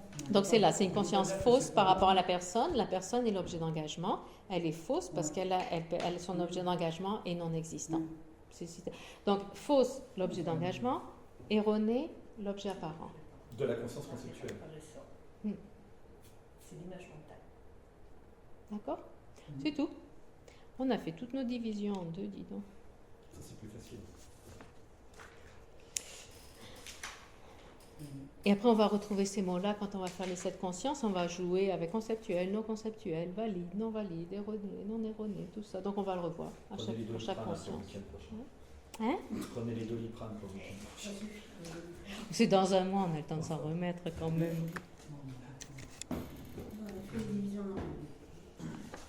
Et la dernière division, conscience principale et facteurs mentaux, on verra si on a le temps de le faire le dernier week-end, éventuellement un petit peu. Parce que ça, c'est un gros sujet quand même. Éventuellement, si on a le temps de faire les 7 consciences entre aujourd'hui et le prochain week-end. Dis-moi. Il y a un truc qui me chagrine avec le non-existant de l'épouvantail.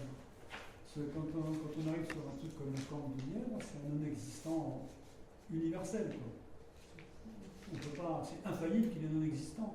Avec l'épouvantail, pourquoi pas, ça pourrait exister quand même. Une personne? Oui, si on voit l'épouvantail et qu'il est identifié comme épouvantail, il n'y a pas de problème. Oui, mais c'est-à-dire qu'on ne peut pas. C'est là pareil que la neige, elle existe.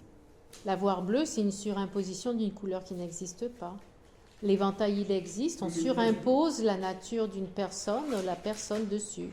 Donc c'est la même dynamique. Une neige bleue, c'est un non-existant. Oui. Alors qu'un épouvantail, ça peut exister. Oui, mais c'est pas une personne. Non, Mais c'est imputer, bien. dire Donc que c'est c'est ça. une personne, c'est faux. Exactement. Le percevoir comme une personne, c'est la conscience fausse. J'arrive pas à me faire comprendre. Mais c'est pas grave. Oui, oui, j'ai compris. Dans ton Non, j'arrive pas. Dans ton cas, l'épouvantail existe, la personne existe, les deux existent. Donc il n'y a pas de non-existant là. Ce qui n'existe pas, c'est la nature personne dans l'éventail, dans l'épouvantail. C'est ce qui n'existe pas. Mais c'est vrai que dans ton exemple, les deux existent. Épouvantail existe, personne existe. Alors que dans les autres exemples, la neige bleue n'existe pas, les deux lunes n'existent pas, les canduliennes n'existent pas. Donc c'est différent. Donc c'est un exemple relativement différent. Mais c'est quand même faux parce qu'on surimpose la nature de personne sur cet objet au loin. Oui, je suis d'accord que c'est faux. Donc c'est ça, c'est dans ce Mais je sens-là. pense qu'on me baser sur l'appartenance à une catégorie des non-existants. Ouais. Pour- La personne n'existe, la présence de la personne est un non-existant là-bas. Parce que percevoir la personne là-bas, c'est percevoir ce qui n'existe pas là-bas. La personne n'existe pas là-bas, mais une personne ailleurs peut exister définitivement. Alors que les deux lunes, ça n'existe pas nulle part, quoi. Voilà, c'est ça. Ouais, c'est la seule différence. Ouais. Mais là, on parle de comment la conscience elle-même se connecte à l'objet, qu'est-ce qu'elle perçoit, ce qui n'existe pas là-bas. Parce que si on me dit que c'est pas bon parce que l'épouvantail est un non-existant, moi je vais dire, de toute façon, Non. La personne là-bas, la personne là est un non-existant. Ouais. Donc c'est dans ce sens-là. Ouais. Maintenant, si on allait passer aux 7 consciences, il faudrait d'abord qu'on comprenne pourquoi. Pourquoi on présente les 7 consciences comme ça, dans cet ordre, et à quoi elles se réfèrent.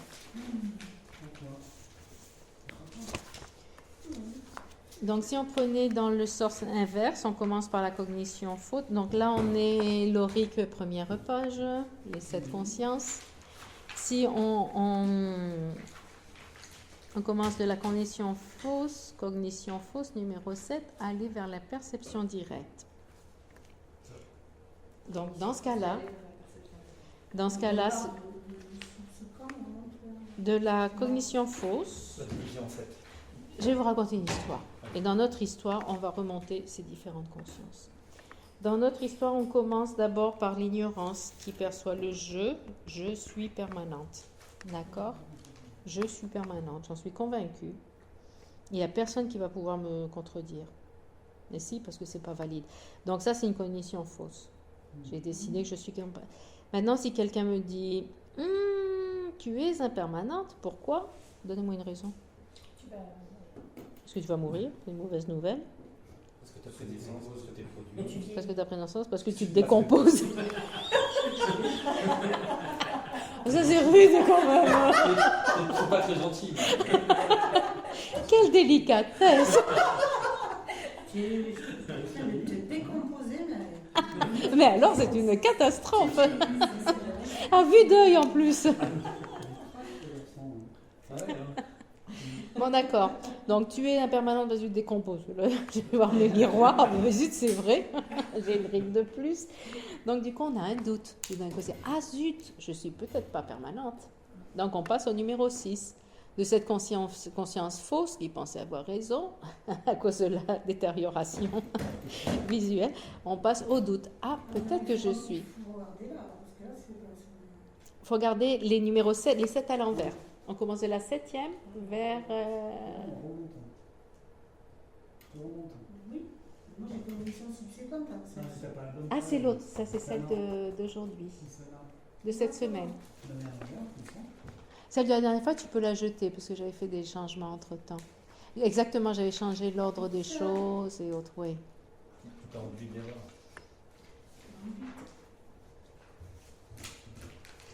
Donc, on a eu notre cognition fausse. De la fausse, on est passé au doute. D'accord? Ah, peut-être que je suis impermanente. Le premier doute, il va dire, oui, mais je dois être permanente de toute façon. Après, il va continuer, ah, zut, il a peut-être raison, Marc, ça fait chier. Il a peut-être raison, là. Donc, je suis... En plus, elle en rajoute, là. Attends, laisse-moi réaliser la vacuité d'abord. Donc, d'accord, je suis probablement impermanente. Donc, notre doute, il va passer du doute qui n'est pas factuel au doute qui est factuel. Ah, je suis peut-être impermanente. Et là, je vais continuer à analyser, à réfléchir, et puis me rendre compte que c'est vrai que je change moment par moment, que je change à chaque année, etc. Et de là, je vais passer au numéro 4. On saute la cognition inattentive. Je vais passer au numéro 4. Ça va devenir une supposition correcte. À ce moment-là, en passant par le biais de l'analyse, de la réflexion, j'ai compris que je suis impermanente. D'accord? J'ai compris. Donc, j'en suis sûre. Mais ce n'est pas encore une réalisation. S'il y avait un bon avocat, il viendrait, il me dirait, mais non, tu es permanente parce que ton continuum mental, il va d'une vie à l'autre, il est sans cesse, il est sans fin et sans début, donc tu es permanente. C'est un des arguments des écoles philosophiques hindouistes, par exemple. Donc tu es permanente parce que ton continuum mental, il va d'une vie à l'autre éternellement. Tu es éternelle, tu es permanente. Ah, donc la supposition correcte, elle n'est pas encore assez solide, elle n'est pas encore infaillible. D'accord? Mais pourtant, elle est correcte. Elle correspond avec les faits. Et à partir de là, je vais continuer à analyser, je vais faire mes débats avec mes copains de 3-4 possibilités, on va mettre des syllogismes avec la raison correcte, j'accepte sans implication, la raison n'est pas établie, tout ça. Et puis à un moment donné, bingo, je vais passer au numéro 2, je vais avoir une cognition inférentielle. Je vais avoir une réalisation conceptuelle. Donc, c'est une réalisation, je suis impermanente, mais elle est conceptuelle pour l'instant, d'accord? Et la cognition inférentielle, c'est le premier moment de cette réalisation conceptuelle. Le deuxième moment... L'inférentiel, c'est le premier moment de la... Oui, aussi. C'est une cognition valide, inférentielle, en fait. Le deuxième moment, c'est une cognition subséquente, le numéro 3. D'accord?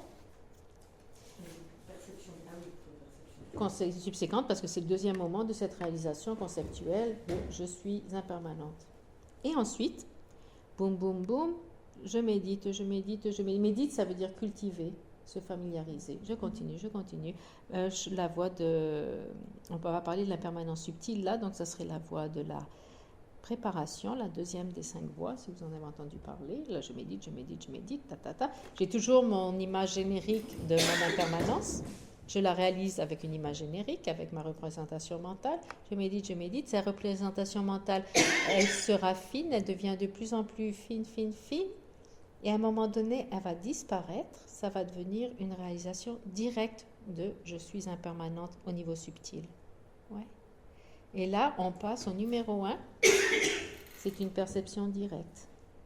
Une réalisation directe. Le premier moment sera une cognition valide. Le deuxième moment, on retombe sur une cognition subséquente, numéro 3. On passe aux perceptions directes non conceptuelles. Non conceptuelle. Le premier moment est une cognition valide, le deuxième sera une cognition subséquente. D'accord ? Donc c'est le principal, c'est de voir comme de l'ignorance avec notre... on est sûr d'exister d'une façon permanente, comment on a commencé à secouer cette notion erronée, comment on a commencé à avoir des doutes, comment plus on analyse, plus on observe, plus on étudie, etc., plus on se rapproche de la réalité. Suppositions correctes, c'est ce qu'on peut avoir, nous, des suppositions correctes en termes de l'impermanence, de la vacuité, tout ce qu'on veut. Mais on peut arriver jusqu'à la supposition correcte, ok ? C'est quand même quelque chose qui est assez fort. Ouais. Pour se faire réfuter notre compréhension d'une supposition correcte, il faut un bon avocat. Hein ? Ouais. Et après, on passe à une réalisation qui sera d'abord conceptuelle, qui se base, comme c'est une cognition inférentielle, ça veut dire que ça va être une réalisation sur la base d'une raison, d'un signe, A, B, C. Le sujet A, le son, B est impermanent, C parce que c'est un produit. Donc on utilise ces syllogismes qu'on a étudiés la dernière fois. Impermanent parce que je suis produit. Parce que je suis un produit. T'es un produit ? Et pourquoi ? Parce que je suis cause et effet. Voilà, à partir de ces analyses et ces analyses qui vont nous amener à cette réalisation conceptuelle de la vacuité par l'analyse, par la raison correcte. Ouais. C'est intéressant comme processus, quand même, n'empêche. De se rendre compte que, a priori, pour avoir la perception directe, on est obligé de passer par le conceptuel. Parce que c'est impossible d'y accéder. Exactement. Et c'est ce qui dirait qu'il n'y a pas besoin de méditer sur le conceptuel pour obtenir la raison directe de l'impermanence subtile ou du non-soi, ce sera impossible.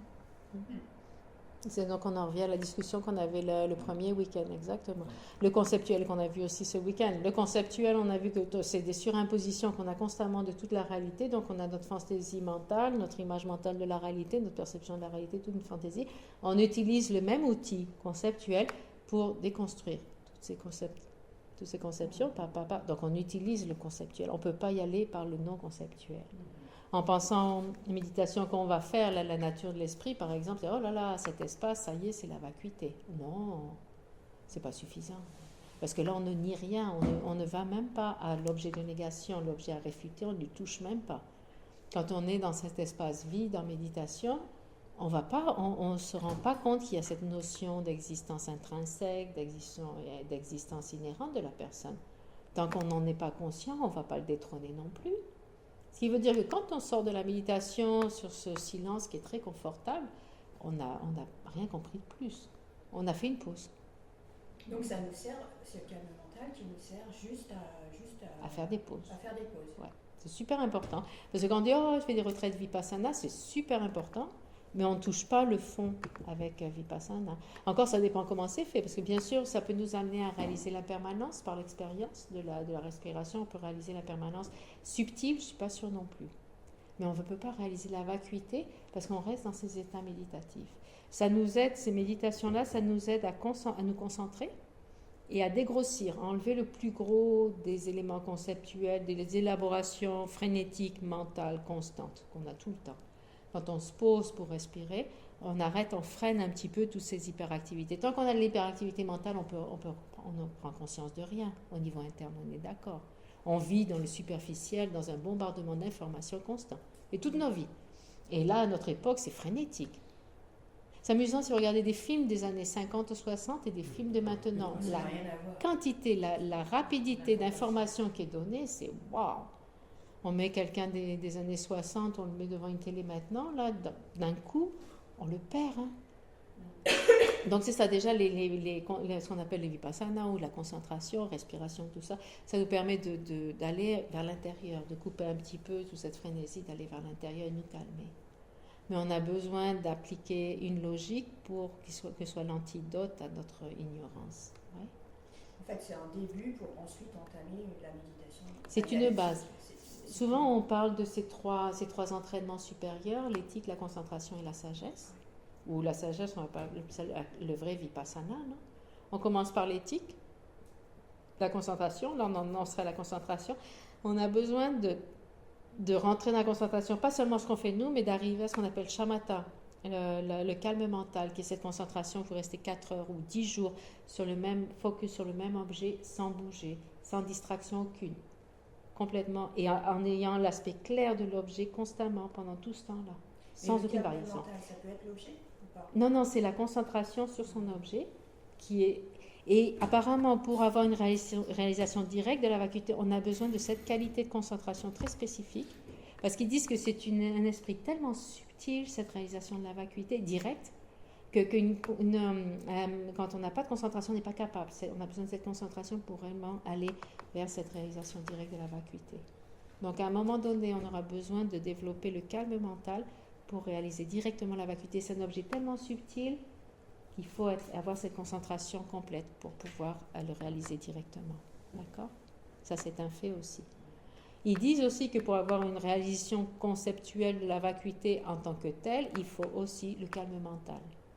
Donc, on commencera la voie de l'accumulation avec le calme mental, en fait, avant d'avoir quelques réalisations, même conceptuelles, de la vacuité, par le fait que c'est tellement subtil. Donc, le calme mental, on va l'avoir, ça peut prendre 6 mois ou des années pour quelqu'un qui fait que ça. Nous, quand on fait nos retraites, on se tranquillise, on se calme, ouais, et on observe. Donc, c'est un premier pas qu'on fait. On crée les causes pour pouvoir obtenir ça dans le futur. Maintenant, pourquoi est-ce qu'il faut l'entraînement de l'éthique avant tout ça? Vous savez? Pourquoi on dit l'entraînement de l'éthique, de la concentration et de la sagesse? Par l'éthique, notre esprit est quand même apaisé. Oui. Paisible, oui. D'avoir un comportement éthique, ça apaise l'esprit. Pourquoi? Il y a plus... Perturbation Si mentale. on n'agitait pas les perturbations mentales. Et pour pas créer des négativités. Poison. On ne crée pas Ouais, de négatif. les différents poisons. L'éthique en tant que telle, elle ne va pas toucher le côté mental plus subtil. L'éthique, en général, ça touche les actions physiques et verbales principalement, non? Pour ça que les vœux sont utiles, parce qu'ils nous protègent. Pourquoi? Parce que d'abord, on va essayer de contrôler nos états, donc nos réactions physiques et mentales. Donc à partir de là, on commence déjà à moins se disperser, on va moins vers l'extérieur, on revient vers l'intérieur, non? En évitant les négativités. Aussi parce qu'on crée des positivités, donc c'est un karma positif pour approfondir, etc. Mais surtout qu'on ramène l'esprit sur le côté mental en évitant la dispersion physique et verbale. D'accord? On ne va pas se concentrer si on n'a pas mis en place l'éthique. Non. Pourquoi? Parce on va d'un côté et de l'autre au niveau physique et mental. On va déjà physique et verbal, pardon.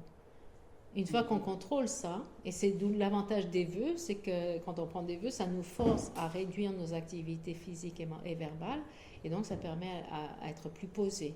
Une fois qu'on est plus posé, qu'on a cette qualité meilleure de vie, l'esprit peut commencer à penser à se concentrer.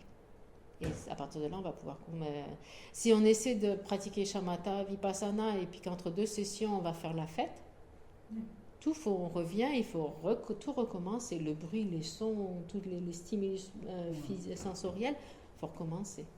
Donc l'éthique est nécessaire à ce niveau-là. Bon, on élimine le plus gros et on va se concentrer. Et avec la concentration, la sagesse. Maintenant, ça ne veut pas dire qu'on ne doit pas développer la sagesse avant. Nous, ce qu'on est en train de faire, c'est développer la compréhension, non, de la réalité, une compréhension conceptuelle. On a besoin de ça aussi en même temps. Mais à un moment donné, pour vraiment réaliser la vacuité par exemple et autres, il faudra vraiment développer le calme mental à un moment donné. D'accord? Donc nous, on crée les causes et aussi par nos compréhensions, chaque fois qu'on comprend quelque chose, ça nous permet de limiter les dégâts dans notre quotidien, de s'approcher un peu plus de notre nature de l'esprit, etc. Donc c'est de grande valeur, ce qu'on fait c'est de grande valeur, mais ce n'est pas encore la réalisation. D'accord? Et d'où l'avantage de la méditation sur la respiration, mais en sachant que ce n'est pas ultime, ce n'est pas l'antidote ultime. Et justement, l'objet, ce n'est pas forcément un objet extérieur, ça peut être L'objet du calme mental, Oui. ça peut être justement la respiration, par Oui. exemple, ou c'est pas forcément un objet Non. extérieur, ça peut être ou un état intérieur, ou enfin ça. C'est plus difficile. Ouais. La respiration, c'est ce qu'il y a de plus facile. Ouais. Parce que la respiration, on l'emmène partout avec nous. Ouais. Partout où on a la respiration. Et ça a tendance à apaiser tant bien aussi. De toute façon, dès le début, ça apaise, ça tranquillise. Donc ça peut être l'objet de calme mental. Et par contre, à un moment donné, dans l'évolution de la concentration, on va perdre l'objet de la respiration et ça va devenir un objet mental. Parce que la respiration, ça fluctue. Alors que quand on cherche la concentration, on a besoin d'un objet qui ne fluctue pas. Donc naturellement, à un moment donné, l'esprit va basculer sur une autre image qui ne sera pas la respiration en tant que telle. Mais on n'en est pas là. Oui, mais et ça, du coup, c'est un problème quand ça se produit? Non, apparemment, ça se fait naturellement. Pour ceux qui s'entraînent, qui vont dans les monastères, on parle des monastères en Birmanie, etc. Non, à un moment donné, naturellement, il va y avoir un shift sur une lumière interne, ils ont différentes façons de le décrire. Ouais. Donc la respiration en tant que telle, mais pour nous, c'est largement suffisant. La respiration, c'est bien. Maintenant, ils disent que si on veut visualiser un Bouddha, c'est bien parce que c'est un objet vertueux. Donc on a les vertus avec aussi, d'accord? Maintenant, si on veut faire Mahamudra, si on veut prendre la nature de notre esprit et l'utiliser comme objet de concentration, c'est beaucoup plus difficile. Il faut d'abord avoir ce qu'on va faire pendant un mois. Peut-être dans un mois, on peut le prendre. Hein. Si on fait ça tous les jours, la méditation sur la nature de l'esprit, à un moment donné, ça sera clair, suffisamment clair pour qu'on le prenne comme objet pour la concentration éventuellement. Mais c'est pas en nous, c'est tellement court, c'est tellement éphémère que c'est difficile. Quoi. Mais il y a la technique de Mahamudra, c'est prendre cet objet-là et puis de développer la concentration sur cet objet. C'est prendre La nature de l'esprit comme objet comme objet. Donc il y a les deux aspects, concentration et analyse. Oui. L'analyse, ça veut dire l'observation, l'identifier. Mais après, une fois qu'on a compris cette conscience, cet aspect de l'esprit qu'on va pratiquer là, ces jours-ci, c'est seulement le niveau conventionnel de la nature de l'esprit. À partir de là, il va falloir analyser sa vacuité. Donc, analyser, c'est comment on l'aperçoit, etc. Et sa vacuité. Ça, c'est bonbon, hein. Il faut un maître derrière soi qui nous dirige pas à pas, parce que c'est assez élaboré quand même, non? Donc, Mahamudra, ça veut dire méditer sur la nature ultime de l'esprit, la vacuité de la nature de l'esprit. D'accord? Dzogchen, c'est le même but, c'est prendre l'esprit comme l'objet, l'observer et se concentrer sur l'esprit, mais ils ont une technique un peu différente. D'accord? Et nous, on a le Mahamudra Gelupa aussi, qui est inclus dans les tantras par exemple aussi, c'est prendre la même chose, la nature de l'esprit, identifier la nature ultime de l'esprit et méditer là-dessus. Et dans le tantra, donc si on fait du tantra, shamatha est développé par la visualisation de soi-même comme la déité. Ça, c'est un autre objet qu'on peut prendre, qui est très puissant aussi. Donc l'objet de concentration peut être différent. En général, dans notre quotidien, le plus facile, c'est prendre la respiration. Oui, on peut déjà même s'entraîner pas mal sur la respiration. Parce qu'on l'a toujours avec nous.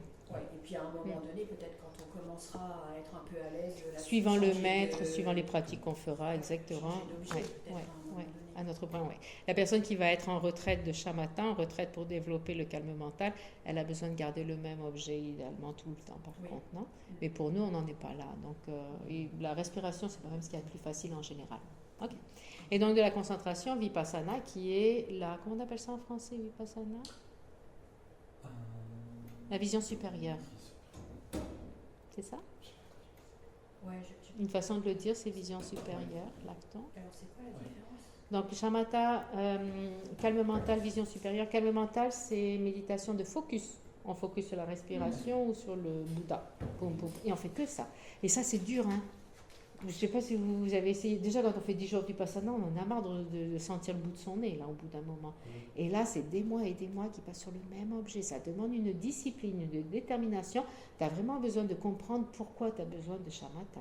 Oui, pour le faire. Pour nous, c'est impossible. On a tellement besoin de distraction et de changer les idées, tout ça, c'est waouh, costaud.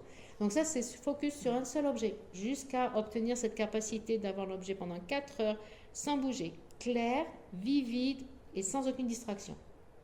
C'est une qualité un peu impressionnante quand même déjà, avoir ça. Et de là, quand tu as ça, tu as les clairvoyances et tout ça, par le pouvoir de cette concentration. Vipassana, littéralement la vision supérieure, c'est l'aspect analytique de la réalité. Vipassana, c'est connaître la vacuité. Donc c'est sur la base analytique ou d'observation, réaliser la vacuité du phénomène, de notre esprit principalement. Ouais. Donc c'est réaliser sa vacuité par la base de l'analyse. Donc ils disent que dans cet état mental du calme mental, dans cet état de concentration, tu vas analyser la nature de ton esprit et tu vas réaliser sa vacuité. Et cette réalisation de la vacuité va amener en toi une expérience de bliss, de félicité physique et mentale. C'est là que tu as obtenu Vipassana, la vision supérieure. Donc c'est spécifique. C'est pour nous quand on fait un Vipassana, c'est pas tout à fait En ça. fait, tous les Vipassana. C'est parce que c'est à la en fait, mode. C'est shamatha, en fait, c'est pas Vipassana. Ça dépend qui l'amène. Et par exemple, nous on peut parler de celle qu'on a fait cet hiver, on a fait avec Gandun. Il y a toujours en général, moi quand je l'ai fait avec Goenka, c'est pareil, ils avaient le Vipassana parce qu'il y a toujours un aspect d'observation. Tu fais pas que observer la respiration, la sensation. Au bout d'un moment, tu vas observer l'impermanence dans la respiration. Donc ça, c'est une méditation d'observation. D'accord ? Donc là, il y a l'observation. Et au bout d'un moment, tu pourrais éventuellement réaliser l'impermanence subtile, peut-être. Et peut-être aussi, si tu l'observes, si tu peux peut-être, en l'observant, si tu connais la vacuité, tu peux peut-être observer, utiliser ça comme la base pour réfuter son existence inhérente, réaliser la vacuité de cette respiration, etc. Tac, tac, tac, tac. Ouais. C'est pour ça qu'on les appelle Vipassana, mais bon, c'est autre chose. Donc c'est le but du jeu, d'avoir l'union du calme mental et de la vision supérieure. On commence par la cognition fausse, numéro 7. De là va le doute. Du doute, on va bouger en direction de la supposition correcte. Nous, c'est notre objectif pour l'instant, c'est arriver à la supposition correcte. Correcte. Numéro 4. Maintenant, ce que fait l'inattentive au milieu, c'est parce que dans leur division des consciences, comme il y a aussi des consciences sensorielles, notre description ici, c'était que les consciences mentales, d'accord ? L'ignorance du jeu permanent, takata, tout ça c'était mental. Alors qu'on parle aussi, dans la présentation des 7 consciences, on parle aussi des consciences sensorielles. Donc on a ajouté la cognition inattentive qui est sensorielle, qui est le fait qu'on a toutes ces consciences sensorielles qui fonctionnent en même temps. Et quand on écoute les paroles, par exemple, on n'est pas forcément conscient de la présence de la personne autour de nous, de l'aspect visuel, etc. Toutes ces consciences inattentives sont sensorielles, d'accord ? Et dans les autres consciences, dans les 7 consciences, certaines sont sensorielles ou mentales, certaines ne sont que mentales, et voilà. Donc ça, on va le faire petit à petit, parce que pour aujourd'hui, on arrive à la fin. Ok ? Et le week-end prochain, on plonge dans ces 7 consciences. Cool. On commencera par la perception directe parce que c'est ce qu'on veut. La perception directe parce que c'est ce qu'on veut obtenir. De la vacuité. Non conceptuelle. Directe. Et il y a eu une demande pour que je vous envoie des exercices pendant un mois. C'est vrai ? C'est vrai ? Ben si, Oui, mais tu ne le fais pas si tu ne veux pas. Mais c'est facultatif. Oui. Non, ça serait bien, je pense. Tu peux nous en envoyer quelques. Ça vous tente ? Oui, oui. Donc ça nous fera travailler un petit peu de notre côté. Vous allez vraiment les faire ? Ah oui. Je suis motivée là. Allez, voilà. Et Gilles. Tu sais quoi ? Le 1er mai, la fête du travail, on fait ça. Allez. La fête du travail, ça va être chouette. C'est ce jour où on va travailler. Nous, on est fait un verre. On va faire la dédicace.